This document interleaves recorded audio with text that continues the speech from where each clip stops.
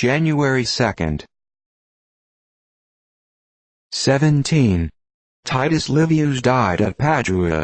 His History of Rome, to which he devoted 20 years, rendered him so celebrated, that a Spaniard is said to have gone from Cadiz to Rome for the purpose merely of seeing him. His history was written in 140 books, of which only 35 are extant. 5 of these were discovered at Worms 1731, and some fragments are said to have been since found at Herculaneum. Few particulars of his life are known, but his fame was great even while he lived, and his history has made him immortal. 17. Publius Ovidus Naso, the Roman poet, died in exile at Tomos, a town on the inhospitable coast of the Black Sea, aged 60. For poetry, and the ease and the enjoyments of life, which his fortune placed within his power, he traveled in Greece and Asia, which added to his accomplishments. His works were adapted to the public taste, and he was esteemed by the learned. Horace and Virgil were his friends, and he was a welcome visitor at the court of Augustus. Until his 50th year he appears to have lived almost solely for poetry and pleasure. He might have hoped to pass the remaining years of his life in peace, under the shadow of his laurels, but he was suddenly banished by Augustus, for some unknown cause. His Metamorphoses and Art of Love are often republished in our language. He painted nature with a masterly hand, and his genius imparted elegance to vulgarity. But impurity defiles the sweetness of his numbers, and his finest productions are sullied with licentiousness. 1547. Conspiracy of Genoa, headed by John Louis Fisco. His being drowned in the night occasioned the failure of the scheme in the very moment of success. 1604. The Jesuits reinstated in France. 1731.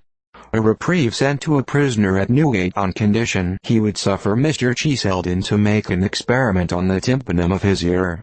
The experiment was never performed. 1741. John Barber, printer to the City of London, and the first printer that rose to the rank of mayor, died. 1757. Calcutta retaken by the English and permitted to be fortified by the Suba. 1758. The Whitefield Methodists observe this day in thanksgiving for the victories of the King of Prussia in favor of England. 1759. The French surprised and captured Frankfort on the Main. 1766. James Edward Francis Stuart, the Pretender, died. He was the eldest son of James II, born at London 1688. He was 5 months old when his father was dethroned, and the royal family fled to France. His elder sister Anne afterwards came to the throne, and some effort was made to secure his own succession. But it does not appear that he entered into the project with much spirit. 1771. Louis Czar, Count d'Esters, Marshal of France, and Minister of State, died aged 76.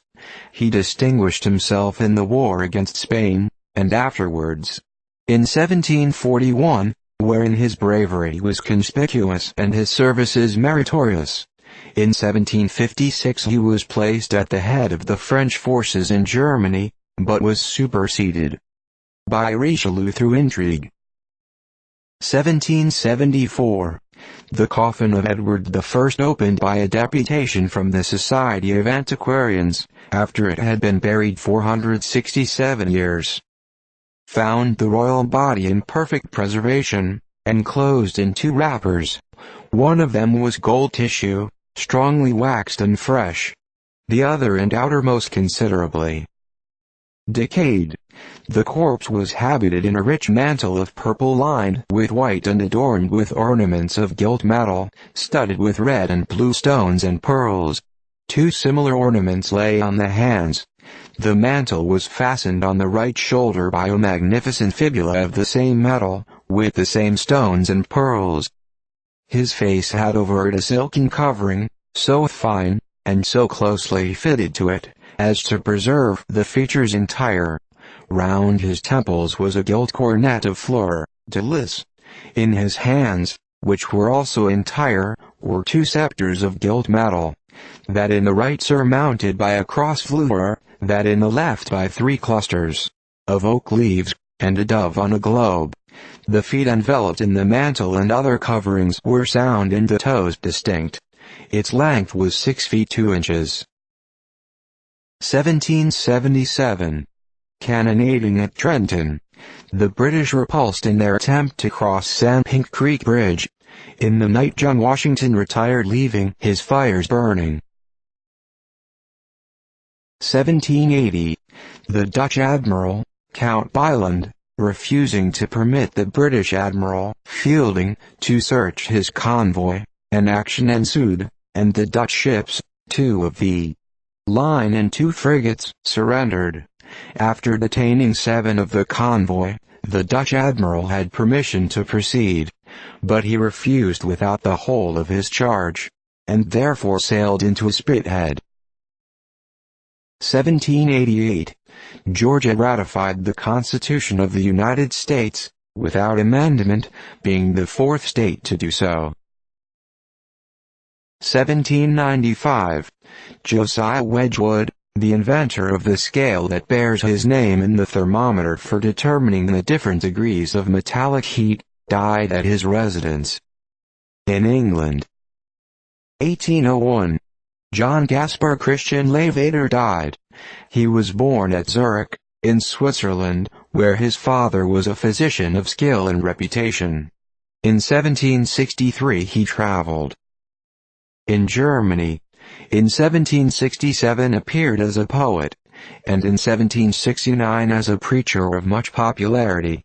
All his activity was devoted to religion until he undertook his work on physiognomy. This great work in 4 volumes, quarto, in which he had collected the features of distinguished persons from all parts of the world, made him known throughout Europe. He published several other works, and became so popular that his journeys resemble triumphs. On the capture of Zurich by Massena, he received a shot while assisting the wounded in the street, which although he lived more than a year, and wrote several works, was the cause of his death. 1809. 2 French ships of war and 11 victuallers, proceeding to Barcelona, were captured in the port of Cadiz by the British under Lord Cochrane. 1809.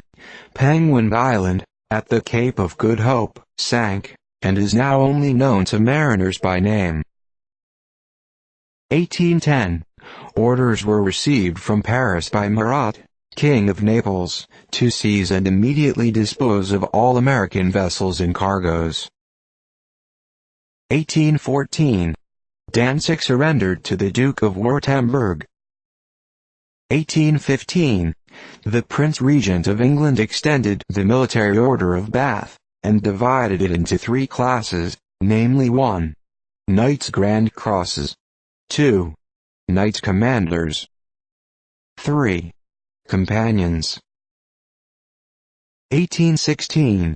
Louis Bernard Guyton de Morveau, a French chemist, died. He was born at Dijon 1737, and distinguished himself in 1773 by the invention of the method of purifying the air by means of chlorine. He was an upright, able, eloquent businessman, and founded a school at Dijon for the study of his favorite science, chemistry.